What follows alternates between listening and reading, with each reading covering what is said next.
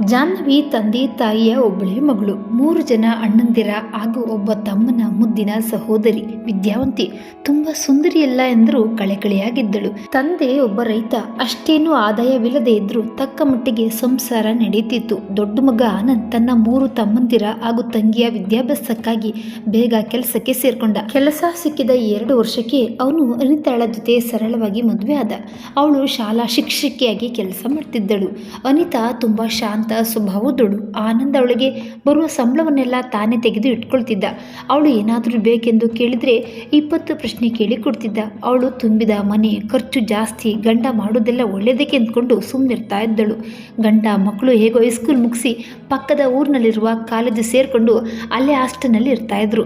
ತಂಗಿ ಜಾಹ್ನವಿ ಮತ್ತು ಚಿಕ್ಕ ತಮ್ಮವರು ಹಳ್ಳಿಯಲ್ಲಿಯೇ ಅಪ್ಪ ಅಮ್ಮನ ಜೊತೆ ಇರ್ತಿದ್ರು. ರಜಾ ಸಿಕ್ಕಾಗ್ಲೆಲ್ಲ ಆನಂದ್ ಅನಿತಾ ಹಳ್ಳಿಗೆ ಹೋಗ್ತಾ ಇದ್ರು. ಹಬ್ಬ ಹರಿದಿನ ಎಂದು ಒಬ್ಳೆ ತಂಗಿಗಾಗಿ ವಿವಿಧ ಬಟ್ಟೆ ಬರಿ ಪೇಟೆಯ ತಿಂಡಿ ತಿನಿಸು ತರ್ತಿದ್ರು. ಜಾಹ್ನವಿಯ 7ನೇ ತರಗತಿ ಪರೀಕ್ಷೆಯಲ್ಲಿ ಮೊದಲ ರ್ಯಾಂಕ್ ಪಡೆದಳು. ಹಳ್ಳಿಯ ಹೈಸ್ಕೂಲ್ನಲ್ಲಿ ನಾನು ಓದೋದಿಲ್ಲ, ದೊಡ್ಡ ಊರಿಗೆ ಹೋಗಿ ಅಣ್ಣನ ಮನೆಯಲ್ಲಿ ಇದ್ಕೊಂಡು ಓದ್ತೀನಿ, ಅಲ್ಲಿ ಕಂಪ್ಯೂಟರ್ ಕಲಿಬಹುದು, ಟ್ಯೂಷನ್ ಸೇರ್ಕೋಬಹುದು ಎಂದು ಹೇಳಿ ಅಪ್ಪ ಅಮ್ಮನ ಮನ ಒಲಿಸಿದಳು. ಆನಂದನಿಗೂ ಸರಿ ಅನ್ನಿಸ್ತು. ಹೇಗಿದ್ರೂ ಅನಿತಾ ಗರ್ಭಿಣಿ, ಅವಳಿಗೂ ಈ ಸಮಯದಲ್ಲಿ ಸಹಾಯಕ್ಕೆ ಅಂತ ಯಾರಾದರೂ ಬೇಕೇ ಬೇಕಾಗಿದ್ರು. ಒಂದು ಒಳ್ಳೆಯ ದಿನ ಜಾಹ್ನವಿ ಅಣ್ಣ ಅತ್ತಿಗೆಯರ ಜೊತೆಗೆ ಊರಿಗೆ ಹೊರಟಳು. ಆನಂದನ ಮನೆಯಲ್ಲಿ 2 ಮಲಗುವ ಕೋಣೆ ಇದ್ದವು. ಒಂದು ಕೋಣೆಯನ್ನ ಅವಳಿಗೆ ಕೊಟ್ಟ. ಅವಳು ತನಗೆ ಬೇಕಾದ ಹಾಗೆ ಅದನ್ನ ಸಿಂಗರಿಸಿದಳು. ಅತ್ತಿಗೆಗೆ ಅಡುಗೆ ಮನೆ ಕೆಲಸದಲ್ಲಿ ಸಹಾಯ ಮಾಡ್ತಿದ್ದಳು. ಇಬ್ಬರು ಸೇರಿ ಸಂಜೆ ಪಕ್ಕದಲ್ಲಿರುವ ಪಾರ್ಕ್ ಅಲ್ಲಿ ವಿಹರಿಸ್ತಿದ್ರು. ಒಂದು ಒಳ್ಳೆಯ ಶಾಲೆಗೆ ತಂಗಿಯನ್ನ ದಾಖಲಿಸಿದ. ಹೊಸ ಗೆಳೆತಿಯರನ್ನ ಮಾಡ್ಕೊಂಡಳು.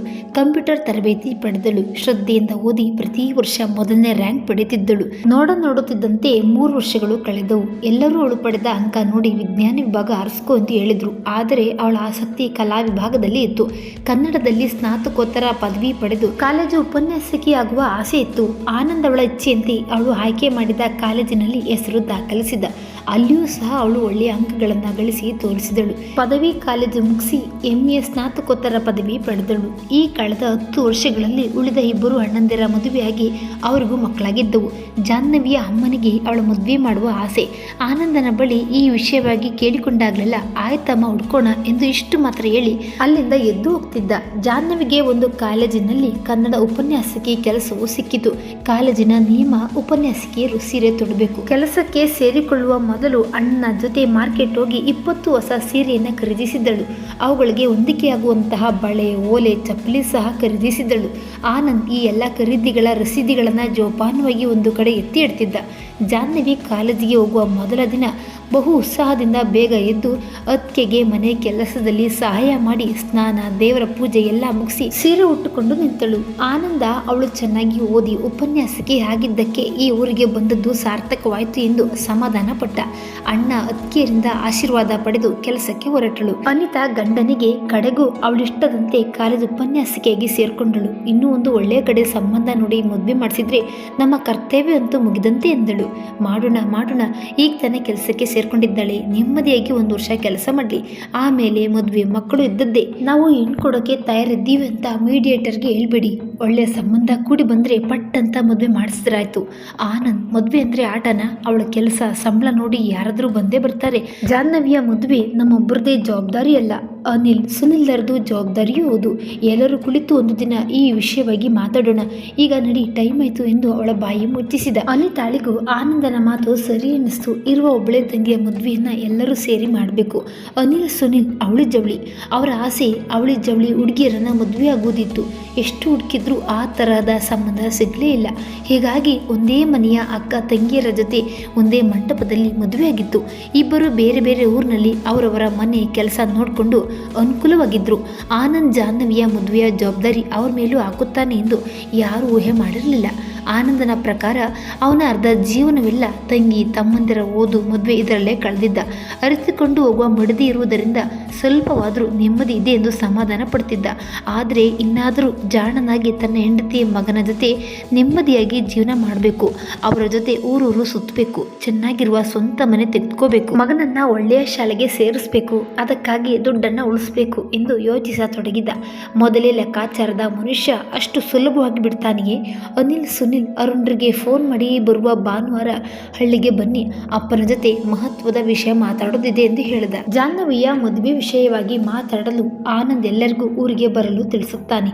ಜಾಹ್ನವಿಯ ಕಾಲೇಜಿನ ಮೊದಲ ದಿನ ಪ್ರಾಂಶುಪಾಲರ ಕೋಣೆಗೆ ಹೋಗಿ ತನ್ನ ಎಲ್ಲ ಕಾಗದ ಪತ್ರಗಳನ್ನು ಕೊಡುತ್ತಾಳೆ. ಅವರು ಎಲ್ಲ ಮತ್ತೊಮ್ಮೆ ಪರಿಶೀಲಿಸಿ ಕಾಲೇಜಿನ ಬಗ್ಗೆ ವಿವರಿಸುತ್ತಾ ಸಿಬ್ಬಂದಿ ಕೊಠಡಿಗೆ ಕರೆದುಕೊಂಡು ಹೋಗುತ್ತಾರೆ. ಬನ್ನಿ miss Jahnavi, welcome to our family ಎಂದು ಎಲ್ಲರಿಗೂ ಅವಳನ್ನು ಪರಿಚಯಿಸುತ್ತಾರೆ. ಬಹುತೇಕ ಉಪನ್ಯಾಸಕರು ಅವಳಿಗಿಂತ ಹಿರಿಯರು ಮತ್ತು ಅನುಭವಸ್ಥರಾಗಿದ್ದರು. ಕೆಲವರು ಅವಳಿಗಿಂತ 4-5 ವರ್ಷ ದೊಡ್ಡವರಿದ್ದರು. ಬೋಧಕೇತರ ಸಿಬ್ಬಂದಿ ಮತ್ತು ಗ್ರಂಥಾಲಯದ ಸಿಬ್ಬಂದಿಗಳ ಪರಿಚಯ ಮಾಡಿಕೊಂಡು ಎಲ್ಲರ ಶುಭ ಹಾರೈಕೆಗಳೊಂದಿಗೆ ಮೊದಲ ದಿನದ ಪಾಠ ಮಾಡಲು ಹೋಗುತ್ತಾಳೆ. ಅವಳ ವಿಷಯ ಕನ್ನಡ. ಮೊದಲ ದಿನ ಎನ್ನುವ ಭಯವಿಲ್ಲದೆ ಆತ್ಮವಿಶ್ವಾಸದಿಂದ ಚೆನ್ನಾಗಿ ಪಾಠ ಮಾಡಿ ವಿದ್ಯಾರ್ಥಿಗಳ ಮನಗೆದ್ದಳು.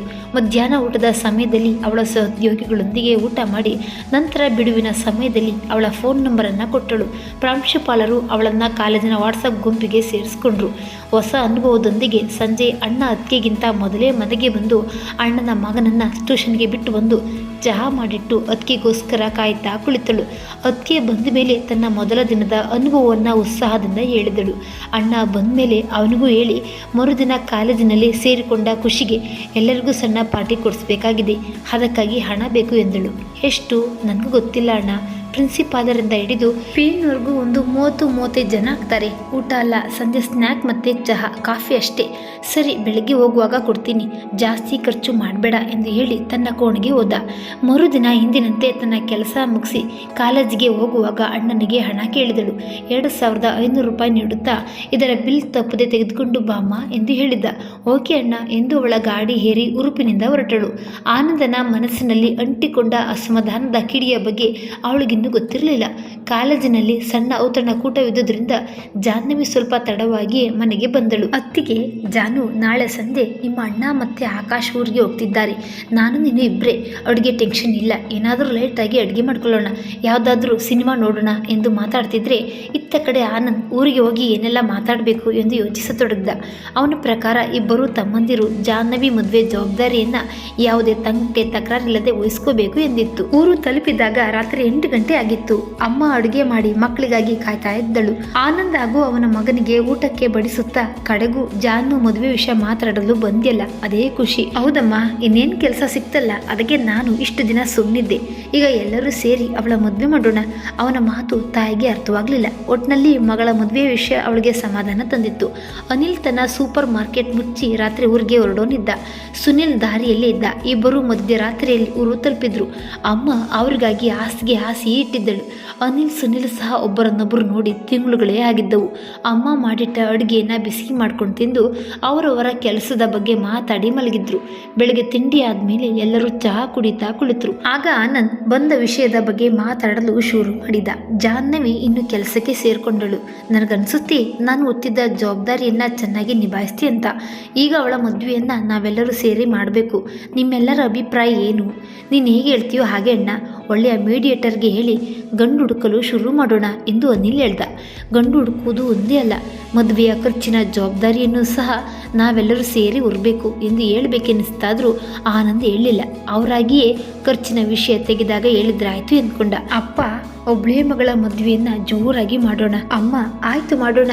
ಆದರೆ ಅನಿಲ್ ಸುನಿಲ್ ಮದುವೆಗೆ ನಾವು ಗಂಡಿನವರಾಗಿ ಎಷ್ಟು ಖರ್ಚು ಬಂತು. ಈಗ ಮಗಳ ಮದುವೆ ನಾವೇ ಮಾಡಿಕೊಡ್ಬೇಕು. ಎಷ್ಟು ಖರ್ಚಾಗುತ್ತೋ ಅಷ್ಟು ಹಣ ಉಣಿಸಲಾಗುತ್ತಾ? ಆನಂದ್, ಸದ್ಯ ಅಮ್ಮ ಆದರೂ ಈ ವಿಷಯವನ್ನು ತೆಗೆದಳಲ್ಲ ಎಂದು ಉಸಿರು ಬಿಟ್ಟ. ಸುನಿಲ್, ನಾವೆಲ್ಲರೂ ಸೇರಿ ಖರ್ಚು ಹಂಚಿಕೊಂಡ್ರಾಯ್ತು ಬಿಡಮ್ಮ. ಅನಿಲ್ ಸಹ ಅದಕ್ಕೆ ಒಪ್ಪಿಗೆ ಕೊಟ್ಟ. ಆನಂದನಿಗೆ ಆಶ್ಚರ್ಯವಾಯಿತು. ಅವನು ಅಂದುಕೊಂಡ ಹಾಗೆ ಯಾವುದೇ ವಾದ ವಿವಾದಗಳು ನಡೆಯಲಿಲ್ಲ. ಸರಿ, ಈಗಲೇ ಸದಾನಂದ, ಕೃಷ್ಣಕುಮಾರ್ ಅವರಿಗೆಲ್ಲ ನಮ್ಮ ಜಾನುಗೆ ಸರಿ ಜೋಡಿಯಾಗುವ ಹುಡುಗರು ಇದ್ದಾರ ಕೇಳಿ ಎಂದು ಅಮ್ಮ ಎಲ್ಲರಿಗೂ ಹೇಳಿದಳು. ಹಾಗಿಂದಾಗಲೇ ಅಪ್ಪ ತನಗೆ ಬೇಕಾದವರಿಗೆಲ್ಲ ಫೋನ್ ಮಾಡಿ ಈ ವಿಷಯ ತಿಳಿಸಿದರು.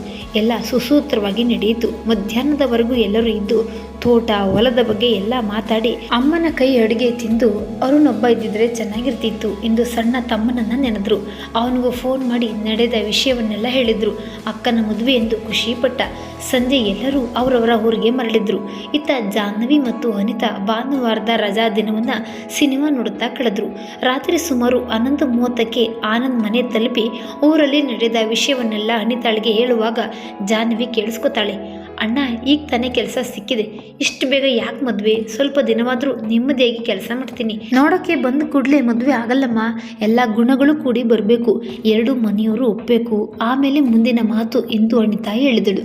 ಆನಂದ್, ಜಾನು ಯಾರು ಒಪ್ಪಲಿ ಬಿಡಲಿ, ನೀನು ಒಪ್ಪಿಗೆ ಕೊಡೋವರೆಗೂ ನಾನು ನಿನ್ನ ಮದುವೆಗೆ ಒತ್ತಾಯ ಮಾಡಲ್ಲಮ್ಮ, ಹೋಗಿ ಮಲ್ಕೋ ಎಂದು ಸಮಾಧಾನ ಮಾಡ್ದ. ಅನಿಲ್ ಸುನಿಲ್ ಅವರವರ ಮನೆ ತಲುಪಿ ಅವರವರ ಪತ್ನಿಯರಿಗೆ ನಡೆದ ವಿಷಯ ತಿಳಿಸಿದ್ರು. ಇಬ್ಬರು ಜಾಹ್ನವಿಯ ಮದುವೆ ಎಲ್ಲ ಅಣ್ಣಂದಿರ ಜವಾಬ್ದಾರಿ ಎಂದು ಅರ್ಥ ಮಾಡಿಕೊಂಡ್ರು. ಎಲ್ಲ ಸರಳವಾಗಿ ನಡೀತಿರುವಾಗ ಆನಂದನ ತಲೆಯಲ್ಲಿ ತನ್ನ ಹಣ ಉಳಿಸುವ ಒಂದು ಉಪಾಯ ಉಳಿಯಿತು. ಆನಂದ್ ಊರಿಗೆ ಹೋಗಿ ಅಪ್ಪ ಮತ್ತು ತಮ್ಮಂದಿರ ಜೊತೆ ಜಾಹ್ನವಿ ಮದುವೆ ವಿಷಯದ ಕುರಿತು ಮಾತಾಡಿದ್ದಾಗ ಎಲ್ಲರೂ ಖರ್ಚು ಹಂಚಿಕೊಳ್ಳಲು ಒಪ್ಪಿದ್ರು. ಆದರೆ ಆನಂದ ಬೇರೆ ಯೋಜನೆಯನ್ನ ಮಾಡಿದ್ದ. ಒಂದು ದಿನ ದಾವಣಗೆರೆಯ ಒಂದು ಸರ್ಕಾರಿ ಬ್ಯಾಂಕಿನಲ್ಲಿ ಕೆಲಸ ಮಾಡುವ ಒಬ್ಬ ಹುಡುಗ ಹೆಣ್ಣು ನೋಡಲು ಬರೋನಿದ್ದ. ಅಪ್ಪ ಅಮ್ಮ ಆನಂದನ ಮನೆಗೆ ಒಂದು ದಿನ ಮುಂಚೆ ಬಂದಿಳಿದ್ರು. ಭಾನುವಾರ ಬೆಳಿಗ್ಗೆ ಎಲ್ಲ ತಯಾರಿಗಳೊಂದಿಗೆ ಸಿದ್ಧರಾಗಿದ್ದರು. ಮಧ್ಯಾಹ್ನದ ಹೊತ್ತಿಗೆ ಹುಡುಗ, ಅವನ ಅಪ್ಪ ಅಮ್ಮ, ಸೋದರ ಮಾವ ಮತ್ತು ಮಧ್ಯವರ್ತಿ ಬಂದರು. ಹೆಣ್ಣು ನೋಡುವ ಶಾಸ್ತ್ರ ಆಯಿತು. ಜಾಹ್ನವಿ ಅಮ್ಮ ಹೇಳಿದಂತೆ ಕೇಳಿದಳು. ಅಮ್ಮನಿಗೂ ಖುಷಿಯೋ ಖುಷಿ, ಇನ್ನೇನು ಮದುವೆ ಆಗೇ ಬಿಡುತ್ತೆ ಎಂದು. ಹುಡುಗನ ಕಡೆಯವರಿಗೆ ಜಾಹ್ನವಿ ತುಂಬಾ ಇಷ್ಟವಾದಳು. ಯೋಚಿಸಿ ನಿರ್ಧಾರಕ್ಕೆ ಬಂದರಾಯಿತು ಎಂದು ಮಾತಾಡಿಕೊಂಡ್ರು. ಜಾಹ್ನವಿಗೆ ಇಷ್ಟು ಬೇಗ ಮದುವೆಯಾಗುವುದು ಇಷ್ಟವಿರಲಿಲ್ಲ. ಹಾಗೂ ಆನಂದನಿಗೆ ಹೇಗಾದರೂ ಮಾಡಿ ಈ ಸಂಬಂಧವನ್ನು ರದ್ದು ಮಾಡುವುದಿತ್ತು. ತಂಗಿಯ ಮನ ಗೆಲ್ಲಲು.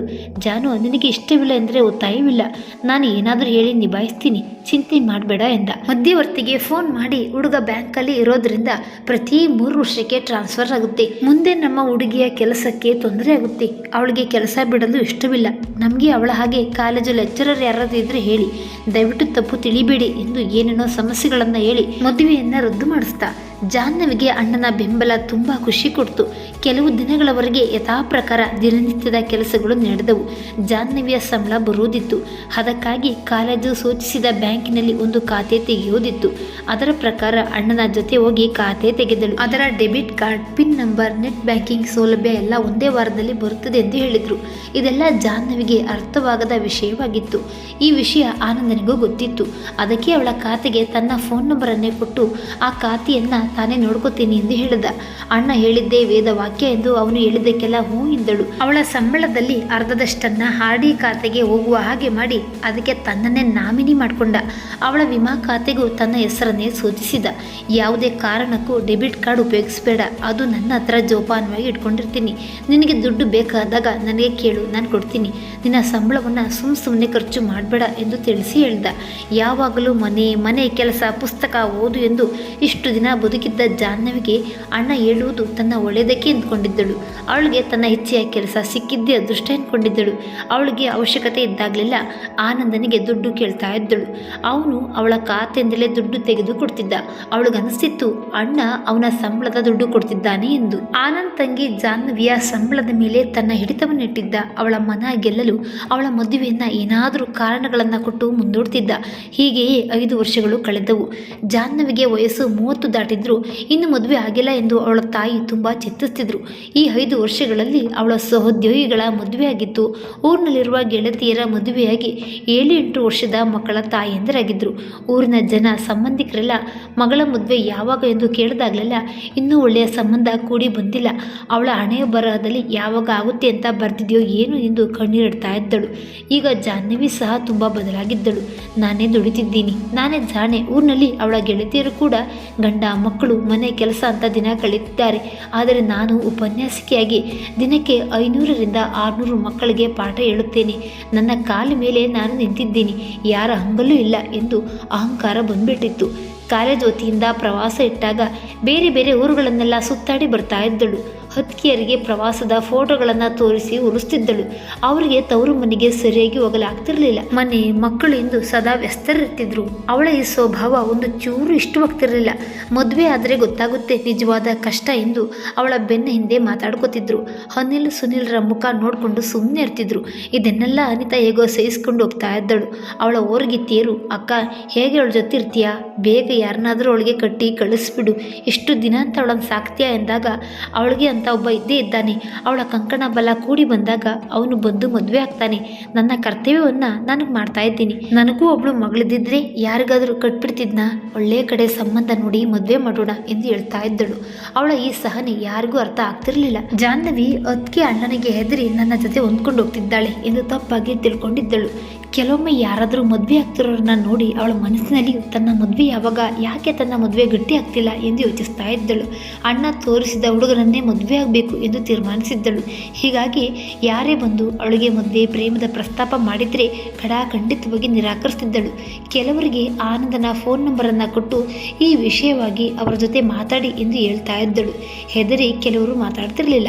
ಧೈರ್ಯ ಮಾಡಿ ಮಾತಾಡಿದವರಿಗೆ ಆನಂದ್ ನಿರಾಕರಿಸ್ತಿದ್ದ. ಅವನಿಗೆ ಇನ್ನು 2-3 ವರ್ಷ ಹೀಗೆ ಮುಂದೂಡುವ ಯೋಚನೆ ಇತ್ತು. ಆನಂದ್ 5 ವರ್ಷಗಳಲ್ಲಿ ಸಾಕಷ್ಟು ದುಡ್ಡು ಕೂಡಾಕಿದ್ದ.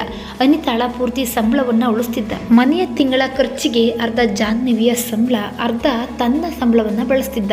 ಮಗನಿಗೆ ಒಳ್ಳೆಯ ಶಾಲೆಗೆ ಸೇರಿಸಿದ್ದ. ಅವಳ ಮದುವೆಗೆ ಅವಳ ಹೆಸರಿನಲ್ಲಿ ಕೂಡಿರ್ತಿದ್ದ ಹಣವನ್ನೇ ಉಪಯೋಗಿಸ್ತಿದ್ದ. ಒಂದು ದಿನ ಜಾಹ್ನವಿಗೆ ಕಾಲೇಜ್ ವತಿಯಿಂದ ದೆಹಲಿಯಲ್ಲಿ ನಡೆಯುತ್ತಿರುವ ಅಂತಾರಾಷ್ಟ್ರೀಯ ಕನ್ನಡ ಸಾಹಿತ್ಯ ಸಮ್ಮೇಳನಕ್ಕೆ ಹೋಗೋದಿತ್ತು. ಜಾಹ್ನವಿಯ ಜೊತೆ ಇನ್ನು ಕೆಲವರು ಉಪನ್ಯಾಸಕರು ಸಹ ಹೋಗೋರಿದ್ರು. 4 ದಿನದ ಸಮ್ಮೇಳನವಿತ್ತು. ಪ್ರವಾಸಕ್ಕೆ ಹೋದಾಗ ಸಾಮಾನ್ಯವಾಗಿ ಎಲ್ಲರೂ ಖರ್ಚಿಗೆ ಕಾರ್ಡ್ ಉಪಯೋಗಿಸಿದ್ರೆ ಜಾಹ್ನವಿ ಅಣ್ಣ ಕೊಟ್ಟ ನಗದನ್ನೇ ಉಪಯೋಗಿಸುತ್ತಿದ್ದಳು. ಇದು ಅವಳ ಗೆಳತಿಯರಿಗೆ ವಿಚಿತ್ರವೆನಿಸ್ತಿತ್ತು. ಒಂದು ದಿನ ದೆಹಲಿ ಸಮ್ಮೇಳನಕ್ಕೆ ಹೋಗುವ ತಯಾರಿಯ ಬಗ್ಗೆ ಜಾಹ್ನವಿ ಆಕೆಯ ಸಹೋದ್ಯೋಗಿಗಳ ಜೊತೆ ಮಾತಾಡ್ತಿದ್ದಳು. ದೆಹಲಿಯಲ್ಲಿ ಬಿಡುವಿನ ವೇಳೆಯಲ್ಲಿ ಎಲ್ಲೆಲ್ಲಿ ಹೋಗಬೇಕು ಎಂದೆಲ್ಲ ಚರ್ಚೆ ನಡೆಯುತ್ತಿತ್ತು. ನನಗೆ ಜಾಸ್ತಿ ಖರ್ಚು ಮಾಡಲು ಆಗಲ್ಲ, ಅಣ್ಣ ಕೊಟ್ಟಷ್ಟರಲ್ಲಿಯೇ ನಿಭಾಯಿಸಬೇಕು ಎಂದಳು.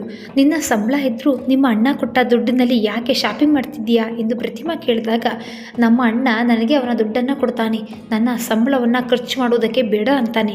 ಅಲ್ಲ ಕಣಿ, ನೀನು ಅವರು ಕೊಟ್ಟ ದುಡ್ಡಿನಲ್ಲಿ ಎಷ್ಟು ಬೇಕೋ ಅಷ್ಟೇ ಖರ್ಚು ಮಾಡಬೇಕಾ? ಒಂದು ವೇಳೆ ನಿನ್ನ ಕಾರ್ಡು ನಿನ್ನ ಕೈಯಲ್ಲಿದ್ದರೆ ಹೆಚ್ಚು ಕಡಿಮೆ ಖರ್ಚು ಮಾಡ್ಬೋದಲ್ವಾ? ಕೆಲಸಕ್ಕಿಂತ ಮುಂಚೆನೂ ಅವರಿಗೆ ಕೇಳುವುದು, ನಿನ್ನ ಕಾಲ ಮೇಲೆ ನಿಂತ ಮೇಲೇನೂ ಅವರಿಗೆ ಕೇಳುವುದು ನಿನಗೇನು ಅನಿಸೋದಿಲ್ವಾ? ಇಷ್ಟೆಲ್ಲ ಓದಿ ದುಡಿದು ನಿನಗೆ ಬೇಕಾದ ಹಾಗೆ ದುಡ್ಡು ಖರ್ಚು ಮಾಡಿಕೊಳ್ಳುವ ಸ್ವಾತಂತ್ರ್ಯ ಎಲ್ಲಿದೆ ಎಂದು ಕೇಳಿದಾಗ, ಎಲ್ಲ ಅಣ್ಣನೇ ನೋಡ್ಕೋತಿರುವಾಗ ನಾನು ಯಾಕೆ ತಲೆ ಕೆಡಿಸ್ಕೊಳ್ಳಿ? ನನ್ನ ಒಳ್ಳೆಯದಕ್ಕೆ, ನನ್ನ ಭವಿಷ್ಯದ ಬಗ್ಗೆ ಯೋಚಿಸಿರ್ತಾನೆ ತಾನೆ. ಭವಿಷ್ಯ ಏನು? ಭವಿಷ್ಯ ಅಂದರೆ ನೀನು ಚಿಕ್ಕವಳಿದ್ದಾಗ ಏನಾಗಬೇಕೆಂದು ಅಂದ್ಕೊಂಡಿದ್ದೆ ಅದೇ ತಾನೇ ಭವಿಷ್ಯ. ಈಗ ನೀನು ಆ ಭವಿಷ್ಯದಲ್ಲಿ ಇದ್ದೀಯಾ, ಆದರೆ ಆ ಭವಿಷ್ಯವನ್ನು ನೀನು ಅನುಭವಿಸ್ತಿಲ್ಲ. ಇನ್ನು ಚಿಕ್ಕ ಹುಡುಗಿ ಹಾಗೆ ಅಣ್ಣನ ಮಡಿಲಲ್ಲೇ ಇದ್ದೀಯಾ, ಎಲ್ಲದಕ್ಕೂ ಕೈ ಚಾಚಿಕೊಂಡು. ಮದುವೆ ಆದಮೇಲೆ ಹೇಗೆ ಮಾಡ್ತೀಯಾ? ಎಲ್ಲ ದುಡ್ಡಿನ ವ್ಯವಹಾರ ಗಂಡನಿಗೆ ಕೊಡ್ತೀಯಾ? ನೀನು ಯಾವಾಗ ಜವಾಬ್ದಾರಿ ಹೊತ್ಕೊಳ್ಳೋದು ಎಂದಾಗ ಅವಳಿಗೆ ಆಗ ತನ್ನ ಹಣಕಾಸಿನ ಸ್ವಾತಂತ್ರ್ಯದ ಬಗ್ಗೆ ಅರಿವಾಯಿತು.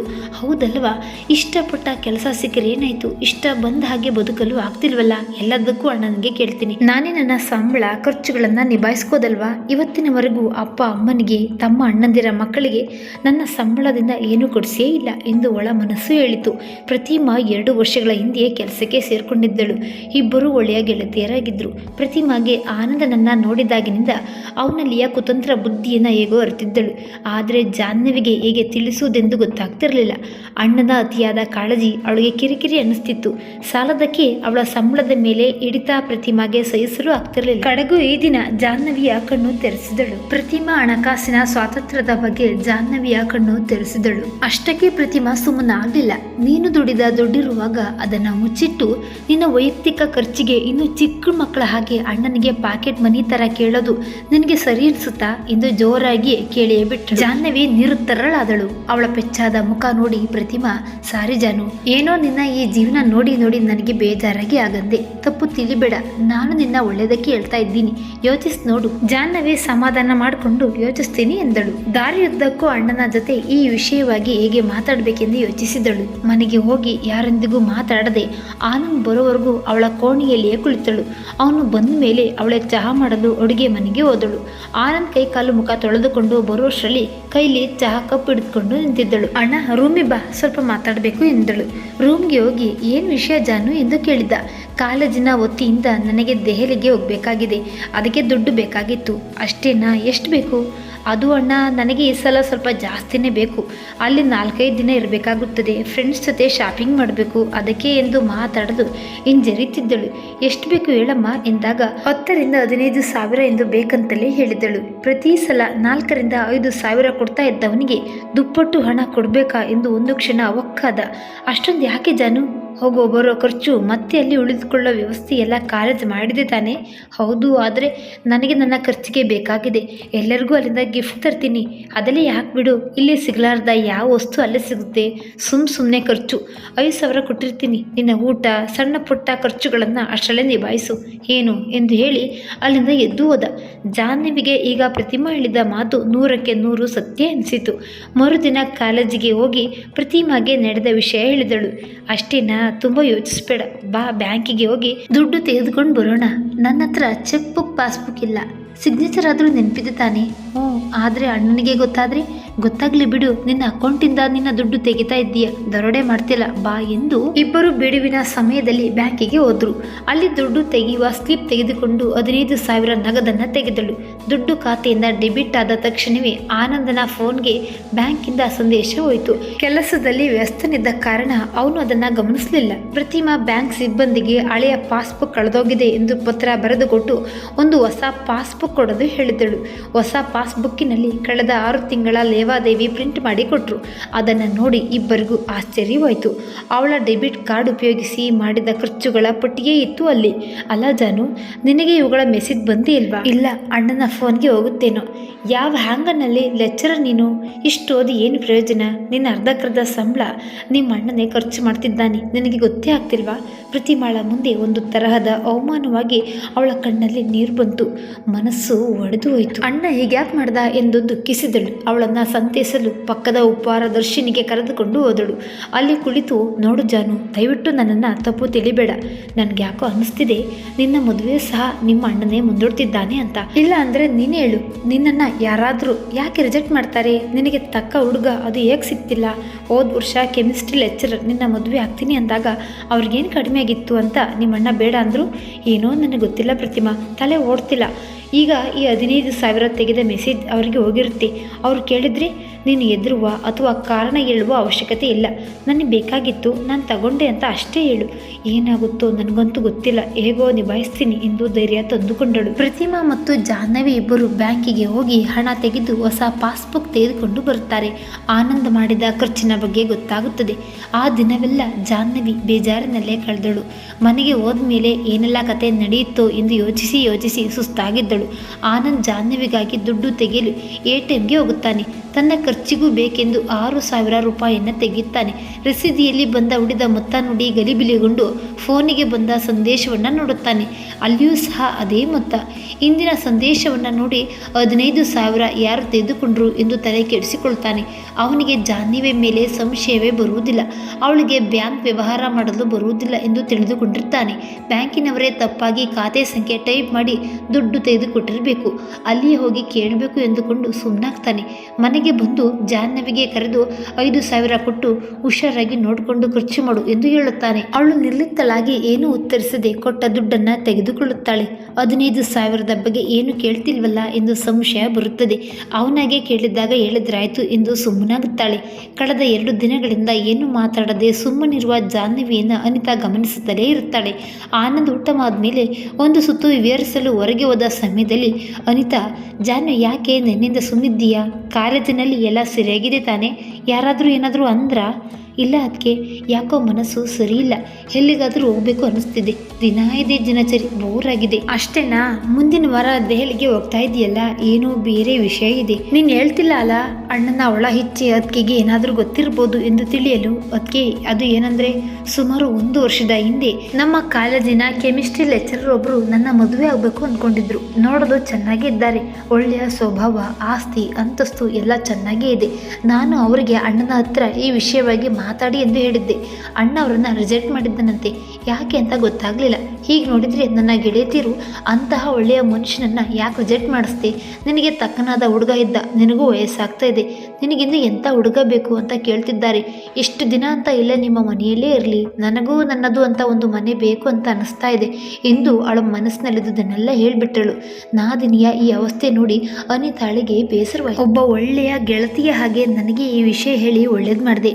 ನಿನಗೂ ಅವರ ಮೇಲೆ ಮನಸ್ಸಿತ್ತೋ ಇಲ್ವೋ ಗೊತ್ತಿಲ್ಲ ಅದಕ್ಕೆ, ಆದರೆ ಅಣ್ಣ ಒಪ್ಪಿಗೆ ಕೊಟ್ಟಿದ್ರೆ ನಾನು ಸಂತೋಷದಿಂದ ಮದುವೆ ಆಗ್ತಿದ್ದೆ. ಅರೆ, ಇದೊಳ್ಳೆ ಕಥೆ ಆಯ್ತಲ್ಲ. ನಿನ್ನ ಒಪ್ಪಿಗೆ ಇಲ್ಲದೆ ಹೇಗೆ ಮದುವೆ ಮಾಡಿಸೋದು? ಮದುವೆಯಾಗಿ ಜೀವನ ಮಾಡೋಳು ನೀನು, ನಿನ್ನ ಒಪ್ಪಿಗೆ ಮುಖ್ಯ ತಾನೇ? ನೀನು ಹೂ ಎಂದ್ರೇನೆ ನಿನ್ನ ಮದುವೆ. ಅದಿರಲಿ, ಅವ್ರಿಗೆ ಎಲ್ಲಿದ್ದಾರೆ? ಅವ್ರ ಹೆಸರೇನು? ರಾಘವಂತ, ನಮ್ಮ ಕಾಲೇಜಿನಲ್ಲೇ ಇದ್ದಾರೆ. ಅವರ ಮದುವೆ ಆಯ್ತಾ? ಇನ್ನೂ ಆಗಿಲ್ಲ. ನಿನ್ನ ಜೊತೆ ಮಾತಾಡ್ತಿದ್ದಾರಾ? ಹ್ಞೂ, ಆಗಾಗ ಕಾಲೇಜಿನ ಫಂಕ್ಷನ್ಗಳಲ್ಲಿ, ಪಾರ್ಕಿಂಗ್ನಲ್ಲಿ, ಸ್ಟಾಫ್ ಕ್ಯಾಂಟೀನಲ್ಲಿ, ಲೈಬ್ರರಿಯಲ್ಲಿ ಸಿಕ್ಕರೆ ಸಿಗ್ತೀವಿ. ಆಗ ಅಷ್ಟಕ್ಕಷ್ಟೇ ಮಾತಾಡ್ತೀವಿ. ಅವ್ರದ್ದು ಸೈನ್ಸ್ ಡಿಪಾರ್ಟ್ಮೆಂಟ್ ಅಲ್ವಾ, ಹೀಗಾಗಿ ದಿನ ಸಿಗಲ್ಲ. ಆಯ್ತು ಬಿಡು, ಇನ್ಮೇಲೆ ಇದರ ಜವಾಬ್ದಾರಿಯನ್ನು ನನಗೆ ಬಿಡು. ನೀನಿನ್ನೂ ಅವ್ರ ಜೊತೆ ಆದಷ್ಟು ಭೇಟಿಯಾಗಿ ಮಾತಾಡೋದು ಶುರು ಮಾಡು. ನೀನೇನಾದರೂ ಆವಾಗಲೇ ನಿಮ್ಮ ಅಣ್ಣನಿಗೆ ಹೇಳಿದರೆ ಇಷ್ಟೊತ್ತಿಗೆ ಮದುವೆ ಆಗ್ಬಿಡ್ತಿತ್ತು ಎಂದು ಗೆಲುವಿನಿಂದ ಹೇಳಿದಳು. ಬೇಡ ಅದಕ್ಕೆ, ಈಗ ಆ ವಿಷಯ ಬೇಡ, ಮುಗ್ದೋದ ವಿಷಯ ಅದು. ನನಗೆ ಅಣ್ಣ ಯಾಕೆ ಬೇಡ ಅಂತ ತಿಳ್ಕೊಬೇಕಿತ್ತು ಅಷ್ಟೇ. ಅಂದರೆ ನಿನಗೆ ಅವರನ್ನು ಮದುವೆ ಆಗೋಕೆ ಇಷ್ಟ ಇಲ್ವಾ? ಗೊತ್ತಿಲ್ಲ, ನನಗೆ ಅವರ ಬಗ್ಗೆ ಸರಿಯಾಗಿ ಗೊತ್ತಿಲ್ಲ. ಆದರೆ ಸ್ಟಾಫಿಂದ ಹಿಡಿದು ಸ್ಟೂಡೆಂಟ್ಸ್ವರೆಗೆ ಎಲ್ರಿಗೂ ಅವರನ್ನು ಕಂಡ್ರೆ ಇಷ್ಟ. ಕಾಲೇಜ್ ಫಂಕ್ಷನ್ಗಳಿಗೆ ಅವರು ಬೇಕೇ ಬೇಕು, ಅಷ್ಟು ಚೆನ್ನಾಗಿ ಹೋಸ್ಟ್ ಮಾಡ್ತಾರೆ. ನೋಡು ಜಾನು, ಒಂದೇ ಕಡೆ ಕೆಲಸ ಮಾಡುವಾಗ ಇವೆಲ್ಲ ಸಾಮಾನ್ಯ ವಿಷಯಗಳು. ನೀನು ಮುಗ್ದು ಹೋದ ವಿಷಯ ಅಂತ ಅನ್ಕೋಬೇಡ. ಬಹುಶಃ ಇವತ್ತಿನಿಂದ ಓದೋ ಅಧ್ಯಾಯ ಶುರುವಾಗ್ತಿರ್ಬೋದು ಅಲ್ವಾ? ಪ್ರತಿಮಾಗೆ ಗೊತ್ತಾ ಈ ವಿಷಯ? ಅವಳೇ ನನ್ನ ತಲೆಯಲ್ಲಿ ಹುಳ ಬಿಟ್ಟಿದ್ದು. ಒಳ್ಳೆಯದೇ ಆಯಿತು. ನಿನ್ನ ಅಣ್ಣನ ಮೂಡ್ ನೋಡಿ ಈ ವಿಷಯವಾಗಿ ಮಾತಾಡೋಣ. ಮೊದಲು ನೀನು ಕೆಮಿಸ್ಟ್ರಿ ಲೆಕ್ಚರ್ನ ವಿಚಾರವನ್ನು ತಿಳಿದುಕೋ ಎಂದಳು. ಇವತ್ತು ಜಾಹ್ನವಿಗೆ ಅದಕ್ಕೆ ನಿಜವಾಗಿಯೂ ಅವಳಿಂದು ಪ್ರೀತಿಸುತ್ತಾಳೆ ಎಂದು ಅರಿವಾಯಿತು. ಆದರೆ ಅವಳ ತಲೆಯಲ್ಲಿ ಬ್ಯಾಂಕ್ ಖಾತೆಯ ಬಗ್ಗೆ ಇನ್ನೂ ಗೊಂದಲವಿತ್ತು. ಜಾಹ್ನವಿ ಅನಿತಾಳಿಗೆ ತನ್ನ ಮನದ ಮಾತನ್ನೆಲ್ಲ ಹೇಳಿ ಅವಳಿಗೆ ಹತ್ತಿರವಾಗುತ್ತಾಳೆ. ಆನಂದ್ 15,000 ಬ್ಯಾಂಕ್ ಸಿಬ್ಬಂದಿಯ ಅಚಾತುರ್ಯದಿಂದ ಬೇರೆಯವರ ಪಾಲಾಗಿದೆ ಅನ್ಕೊಂಡಿರ್ತಾನೆ. ಬೆಳಿಗ್ಗೆ ಎದ್ದು ಆನಂದ್ ಬ್ಯಾಂಕಿಗೆ ಹೋಗಿ ಪಾಸ್ಬುಕ್ ಎಂಟ್ರಿ ಮಾಡ್ಕೊಂಡು ನೋಡ್ತಾನೆ. ಅದನ್ನ ಬ್ಯಾಂಕ್ ಸಿಬ್ಬಂದಿಗೆ ತೋರಿಸಿ ಹೇಗೆ ಹಣ ಖಾತೆಯಿಂದ ಡೆಬಿಟ್ ಆಯಿತು ಎಂದು ಕೇಳುತ್ತಾನೆ. ಅಲ್ಲಿ ಎಂಟ್ರಿ ಇದೆಯಲ್ಲ ಸರ್, ಆದರೆ ನಾನು ಉಪಯೋಗಿಸುವುದು ಕಾರ್ಡ್. ಬ್ಯಾಂಕಿಗೆ ಬಂದು ವಿತ್ಡ್ರಾ ಮಾಡಿಲ್ಲ ಸರ್. ಅಕೌಂಟ್ ಹೋಲ್ಡರ್ ಸೈನ್ ಇಲ್ಲದೆ ಒಂದು ಪೈಸಾ ಕೂಡ ಕಟ್ಟಾಗಲ್ಲ. ಸಿಸ್ಟಮ್ ಅದನ್ನು ತೆಗೆದುಕೊಳ್ಳೋದೇ ಇಲ್ಲ. ಯಾರಿಗಾದರೂ ಚೆಕ್ ಕೊಟ್ಟಿರಬೇಕು ನೋಡಿ, ಅವರು ವಿತ್ಡ್ರಾ ಮಾಡ್ಕೊಂಡಿರಬೇಕು. ಚೆಕ್ ಬುಕ್ಕನ್ನು ಉಪಯೋಗಿಸಲ್ಲ ಅಂದಮೇಲೆ ಹೇಗೆ ಕಟ್ಟಾಗುತ್ತೆ? ನೀವು ಸರಿಯಾಗಿ ನೋಡಿ ಹೇಳಿ. ಯಾರೋ ಬೇರೆಯವರ ಅಕೌಂಟ್ ಡೆಬಿಟ್ ಮಾಡೋ ಬದಲಿಗೆ ಈ ಅಕೌಂಟ್ ಡೆಬಿಟ್ ಮಾಡಿರ್ಬೋದು ಸರ್. ದಯವಿಟ್ಟು ಅರ್ಥ ಮಾಡ್ಕೊಳ್ಳಿ, ಹಾಗೆ ಮಾಡೋದಕ್ಕೆ ಬರೋಲ್ಲ. ಎರಡೆರಡು ಸಲ ಚೆಕ್ ಮಾಡ್ತೀವಿ ಎನ್ನುತ್ತಾ ಪಾಸ್ಬುಕ್ ಮೇಲಿನ ಹೆಸರು ನೋಡಿ, ಸರ್ ಇದು ನಿಮ್ಮ ಅಕೌಂಟ್ ಅಲ್ಲ, ಸಾರಿ ನನಗೆ ಜಾಸ್ತಿ ಇನ್ಫಾರ್ಮೇಷನ್ ಕೊಡೋಕ್ಕಾಗಲ್ಲ, ಅಕೌಂಟ್ ಹೋಲ್ಡರೇ ಬರಬೇಕು ಎಂದರು. ಹೌದು, ಇದು ನನ್ನ ತಂಗಿಯ ಅಕೌಂಟ್. ಅವಳಿಗೆ ಬ್ಯಾಂಕಿಗೆ ಬರಲು ಸಮಯವಿಲ್ಲ, ಅದಕ್ಕೆ ನಾನು ಬಂದಿದ್ದು. ಅಷ್ಟರಲ್ಲೇ ಈ ಸಂಭಾಷಣೆಯನ್ನು ಕೇಳುತ್ತಿದ್ದ ಕ್ಯಾಶಿಯರ್, ಸರ್ ನಿನ್ನೆ ಅಕೌಂಟ್ ಹೋಲ್ಡರೇ ದುಡ್ಡು ವಿತ್ಡ್ರಾ ಮಾಡ್ಕೊಂಡಿದ್ದು, ನಾನೇ ದುಡ್ಡು ಕೊಟ್ಟೆ. ಆಮೇಲೆ ಅವರು ಹೊಸ ಪಾಸ್ಬುಕ್ ಸಹ ತೆಗೆದುಕೊಂಡು ಹೋದ್ರು ನೋಡಿ. ಇಬ್ಬರು ಲೇಡೀಸ್ ಬಂದಿದ್ರು, ನೆನಪಾಯ್ತಾ ಎಂದ. ಹಾಂ ಹೌದು, ಕಾಲೇಜ್ ಲೆಕ್ಚರರ್ ಅಲ್ವಾ ಅವರು? ಹಾಂ ಅವರು ಎಂದ ಕ್ಯಾಶಿಯರ್. ನೋಡಿ ಸರ್, ಸುಮ್ಮನೆ ಬ್ಯಾಂಕ್ ಮೇಲೆ ಅಪವಾದ ಹೊರಿಸ್ತೀರ. ಸಾರಿ, ಏನೋ ಕನ್ಫ್ಯೂಷನ್ ಆಯಿತು ಎಂದು ಸಿಟ್ಟಿನಿಂದ ಬ್ಯಾಂಕಿನಿಂದ ಹೊರಬಂದ. ನನಗೆ ಕೇಳದೆ ದುಡ್ಡು ತೆಗೆದುಕೊಳ್ಳುವ ಧೈರ್ಯ ಬಂತೆ ಇವಳಿಗೆ. ಹೊಸ ಪಾಸ್ಬುಕ್ ಸಹ ತೆಗೆದುಕೊಂಡಿದ್ದಾಳೆ. ಅಂದರೆ ಹಳೆ ಎಂಟ್ರಿಗಳನ್ನೆಲ್ಲ ನೋಡ್ತಾಳೆ. ನಿನ್ನೆ ಈ ವಿಷಯವಾಗಿ ನನ್ನ ಬಳಿ ಏನು ಮಾತಾಡಲಿಲ್ವಲ್ಲ. ನಾನು ದುಡ್ಡು ಕಡಿಮೆ ಕೊಡ್ತೀನಿ ಅಂತ ಅನ್ಬಾರ್ದಿತ್ತು. ಎಂಥ ಕೆಲಸ ಆಗೋಯ್ತು ಎಂದು ಪೇಚಾಡಿದ. ಅವಳಾಗಿ ಈ ವಿಷಯ ತೆಗೆಯುವವರೆಗೂ ಏನು ಮಾತಾಡಬಾರ್ದೆಂದು ತೀರ್ಮಾನಿಸಿದ. ಅನಿತಾ ತನ್ನ ಓರಿಗಿತೆಯರಿಬ್ಬರಿಗೂ ಜಾಹ್ನವಿಯ ವಿಷಯವನ್ನು ಹೇಳುತ್ತಾಳೆ. ಸದ್ಯ ಒಬ್ನಾದ್ರೂ ಅವಳನ್ನ ಮದುವೆ ಆಗೋಕೆ ರೆಡಿ ಇದ್ದಾನಲ್ಲ ಎಂದು ಅನಿಲನ ಪತ್ನಿ ಕೃತಿ ಹೇಳುತ್ತಾಳೆ. ಅವಳಿಗೇನು ಕಡಿಮೆ ಆಗಿದೆ? ನಿಮ್ಮ ಭಾವ ಇವಳಿಗೆ ಇಷ್ಟ ಇಲ್ಲ ಎಂದು ಬಂದ ಸಂಬಂಧಗಳನ್ನೆಲ್ಲ ಬೇಡ ಎನ್ನುತ್ತಿದ್ರು. ಹಾಗಂದ್ರೆ ಇನ್ನು ಎಷ್ಟು ವರ್ಷ ಹೇಗೆ ಮಾಡೋರಿದ್ರು? ಅವಳಿಗೊಂದು ಸಂಸಾರ ಅಂತ ಬೇಡವಾ? ಭಾವನೆಗಾದ್ರೂ ಅರ್ಥ ಆಗ್ಬೇಕಿತ್ತಾನೆ. ಒಳ್ಳೆಯ ಹುಡುಗನನ್ನ ಹುಡುಕಿ ಮದ್ವೆಗೆ ಅವಳನ್ನ ಒಪ್ಪಿಸ್ಬೇಕಿತ್ತು. ನಾವೆಲ್ಲರೂ ಹೇಗೆ ನಾಟಕ ಆಡಿದ್ವಾ? ಹೋಗ್ಲು ಬಿಡು ಕೃತಿ, ಈಗ ಹೂ ಅಂತಿದ್ದಾಳಲ್ಲ, ಇನ್ನು ಈ ಸಂಬಂಧ ಬಿಡಬಾರ್ದು ಎಂದು ಸುನಿಲನ ಪತ್ನಿ ಕೃಪಾ ಹೇಳಿದಳು. ನೀವಿಬ್ರು ನಿಮ್ಮ ಗಂಡಂದರಿಗೆ ಈ ವಿಷಯ ಹೇಳಿ ಅವರ ಅಭಿಪ್ರಾಯ ತಿಳಿದುಕೊಳ್ಳಿ. ನಾನು ಸಮಯ ನೋಡಿ ನಿಮ್ಮ ಭಾವನೆಗೆ ಕೇಳ್ತೀನಿ ಎಂದು ಮತ್ತೆ ಬೇರೆ ಬೇರೆ ವಿಷಯಗಳನ್ನು ಮಾತಾಡಿಕೊಂಡ್ರು. ಜಾಹ್ನವಿ ಪ್ರತಿಮಾಳಿಗೆ ಆನಂದ್ 5,000 ಕೊಟ್ಟ ವಿಷಯ ಹಾಗೂ ರಾಘವನ ಬಗ್ಗೆ ಅದಕ್ಕೆ ಜೊತೆ ಮಾತಾಡಿದ್ದನ್ನೆಲ್ಲ ಹೇಳಿದಳು. ಆಗ ಪ್ರತಿಮಾ, ಗ್ರೇಟ್, ಒಳ್ಳೆ ಕೆಲಸ ಮಾಡಿದೆ. ನಿಮ್ಮ ಅಣ್ಣ ಆ 5,000 ಸಹ ನಿನ್ನ ಅಕೌಂಟಿಂದ ತೆಗೆದಿರ್ತಾನೆ. ನಾನು ಚಾಲೆಂಜ್ ಮಾಡಿ ಹೇಳ್ತೀನಿ, ಬೇಕಾದರೆ ಪಾಸ್ಬುಕ್ ಎಂಟ್ರಿ ಮಾಡಿಸ್ಕೊಂಡು ನೋಡು ಎಂದಳು. ಬಿಡುವಿನ ಸಮಯದಲ್ಲಿ ಮತ್ತೆ ಬ್ಯಾಂಕಿಗೆ ಹೋಗಿ ಪಾಸ್ಬುಕ್ ಅಪ್ಡೇಟ್ ಮಾಡಿಕೊಂಡಳು. ನೋಡಿದರೆ ATMನಿಂದ 6,000 ರೂಪಾಯಿಗಳು ಕಟ್ಟಾಗಿದ್ದವು. ಪ್ರತಿಮಾಳಿಗೆ ಅರ್ಥ ಆಯಿತು. ಆದರೆ ನನಗೆ ಯಾಕೆ ಇವೆಲ್ಲ ಅರ್ಥ ಆಗ್ತಿಲ್ಲ ಎಂದು ಚಿಂತಿಸಿದಳು. ಅಣ್ಣ ನನ್ನ ದುಡ್ಡನ್ನು ನನಗೆ ಕೊಡ್ತಿದ್ದ. ಒಂದು ದಿನ ಸಹ ಇದು ನಿನ್ನದೇ ಸಂಬಳ ಎನ್ನಲಿಲ್ಲ. ಇನ್ನು ನನಗಾಗಿ ನಾನು ನಿಲ್ಲಬೇಕು ಎಂದು ತೀರ್ಮಾನಿಸಿ ಅವಳ ಖಾತೆಗೆ ತನ್ನ ಫೋನ್ ನಂಬರನ್ನು ಸೇರಿಸಲು ಬ್ಯಾಂಕಿಗೆ ಪತ್ರ ಬರೆದುಕೊಟ್ಟಳು. ಡೆಬಿಟ್ ಕಾರ್ಡ್ ಕಳೆದೋಗಿದೆ ಎಂದು ಹೇಳಿ ಹೊಸ ಕಾರ್ಡ್ಗೆ ಅರ್ಜಿ ಸಲ್ಲಿಸಿದಳು. ಫೋನ್ ನಂಬರ್ ಈಗಿನಿಂದಲೇ ಅಪ್ಡೇಟ್ ಆಗಿದೆ. ಈಗಿನ ಕಾರ್ಡನ್ನು ಡಿಆಕ್ಟಿವೇಟೆಡ್ ಮಾಡಿದ್ದೀವಿ. ಹೊಸ ಕಾರ್ಡ್ ಇನ್ನು 1 ವಾರ ಬಿಟ್ಟು ಬರುತ್ತೆ ಎಂದರು.